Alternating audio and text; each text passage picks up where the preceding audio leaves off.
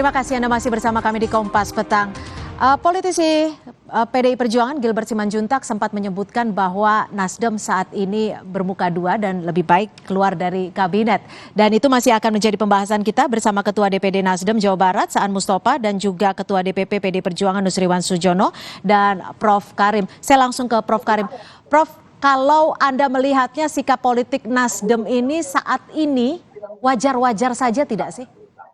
Justru saya ingin melihat sikap politik dari partai pendukung koalisi pemerintahan. Menurut saya adalah hal yang wajar jika PDIP menilai kualitas koalisi ini, termasuk memberikan masukan kepada Presiden untuk mengevaluasi kabinetnya. Nah, apakah Presiden akan menuruti nasihat itu, masukan itu untuk mengevaluasi menterinya, itu kan menjadi haknya Presiden.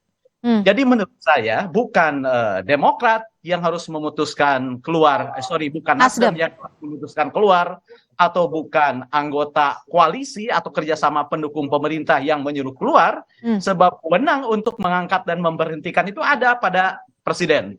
Jadi menurut saya meskipun situasi ini sangat kritikal, dinilai tidak etis, tetap aturan kita adalah Presiden yang berhak berwenang untuk mengangkat, mengevaluasi menteri. Bahkan ketika misalnya tidak berarti ada, secara etika politik ada di tangan Presiden, seperti itu Anda ingin mengucapkannya? saya ingin mengatakan bahwa kewenangan untuk mengganti, memaju, mundurkan Presiden itu, menteri itu ada di tangan Presiden. Nah, Oke, tahan dulu sampai di situ. Pak Nusirwan, sempat tidak memberikan masukan kepada Presiden terkait hal ini?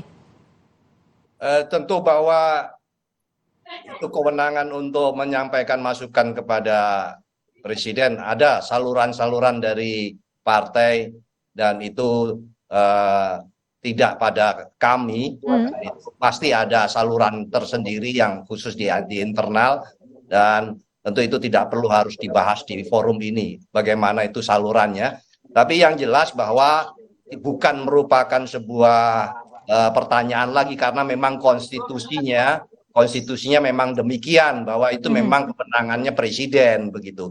Ini kan yang dibahas bagaimana kita bisa memberikan catatan, kita memberikan masukan, kan maksudnya begitu. Tapi tentu bahwa pada akhirnya sesuai dengan aturan, sesuai dengan konstitusi, maka tinggal ukurannya adalah persoalan kemampuan, kapasitas, dan etika dan kepatutan saja. Oke, tapi kalau menurut Anda sendiri saat ini di kabinet tersisa 2 menteri dari Partai Nasdem, apakah bisa melanjutkan kinerja-kinerjanya dan tetap mendukung kabinet ini sampai 2024? Saya meragukan itu. Saya meragukan itu. Jadi tentu bahwa dinamika pada terakhir ini tentu akan mempengaruhi kinerja dari beliau-beliau yang sedang kita bahas pada saat ini. Jadi tidak bisa kita hanya ukurannya formal. Ukuran formal itu tentu kalau ditanya sanggup apa tidak. Anda ragu 2 menteri Partai Nasdem yang saat ini berada di kabinet untuk meneruskan apa yang menjadi cita-cita kabinet Jokowi. Gimana Pak Saan? Ada keraguan berat nih kayaknya. Jadi gini, selama Presiden tidak meragukan kinerja menteri dari Nasdem, nggak ada masalah. Kecuali kalau misalnya Presiden meragukan kinerja menteri dari Nasdem. Misalnya Menteri Pertanian, Menteri Kehutanan, bisa diragukan kinerjanya. Nah, berarti ketika diragukan kinerjanya, Presiden melakukan evaluasi, dan dari hasil evaluasi atas keraguannya, maka ini layak dikeluarkan. Itu hak prerogatif Presiden, dan tentu kita hargai dan kita hormati. Tapi selama Presiden tidak ragu dan tidak meragukan terhadap kinerja menteri-menteri dari Nasdem, bahkan di akhir-akhir sekarang, menteri Nasdem kerjanya luar biasa, Presiden tidak pernah komplain. Terakhir beberapa bulan yang lalu ketika Menteri Perindustrian berhalangan, Menteri Pertanian dijadikan Menteri ad interim, merangkap. Beberapa capaian di pertanian juga luar biasa. Menteri Kehutanan bolak-balik menemenin Presiden Jokowi. Setiap ke IKN kemanapun, pasti Menteri Kehutanan mengikuti Pak Jokowi. Bahkan ada paling terdepan. Jadi sekali lagi saya ingin tegaskan, selama Presiden tidak meragukan, tidak masalah. Kalau ada teman koalisi yang lain meragukan, ya silahkan saja. Oke, Sama jadi dengan misalnya tidak akan mendengarkan lain pihak kecuali hanya keputusan dari Presiden. Gimana Pak Nusriwan? Ya itu kan yang kita sampaikan sekarang ini normatifnya memang demikian, ketentuannya memang pada akhirnya yang menilai diragukan, menilai kapasitas, menilai kinerja itu pada akhirnya memang hak prerogatif itu ujungnya adalah pada beliau, Bapak Presiden. Dan yang perlu menjadi catatan kita tentu bahwa semua itu kan akan menjadi evaluasi. Tadi awal saya sudah katakan, di dalam sisa waktu 1,5 tahun ini tentu harapan kami Presiden akan memberikan sebuah evaluasi, sebuah analisa untuk bukan 2 ya, sepengetahuan saya 3 ya. Jadi ini evaluasinya seperti apa? Lah kembali lagi, pada akhirnya adalah tentu evaluasi itu pada posisi Bapak Presiden yang. Saya akan ke Prof. Karim. Kalau dari kacamata Prof. Karim sendiri seperti apa? Oh iya, saya katakan tadi ya, kan sudah jelas. Bagaimanapun antara Pak Nusirwan dan Pak Saan itu tidak akan bisa dipertemukan ya pendapatnya. Karena masing-masing punya perspektif dan didasari oleh orientasi dan preferensi kepartaian. Justru disinilah kita kembalikan kepada konstitusi. Karena tugasnya konstitusi adalah menengahi keinginan-keinginan yang berbeda sehingga frame-nya jelas.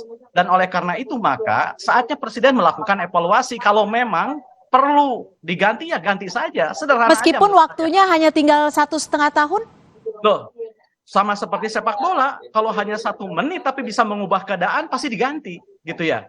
Karena menurut saya politik seperti sepak bola, kalau keputusan itu diambil akan mengubah keadaan, even hanya 1 menit harus diambil. Sebab tak penting kapan diambil, yang penting kan dampaknya bagi perbaikan. Dampaknya bagi memelihara pembangunan. Apalagi jika Presiden ingin meninggalkan legacy bagi pemerintahan yang akan datang. Tapi gini, Prof.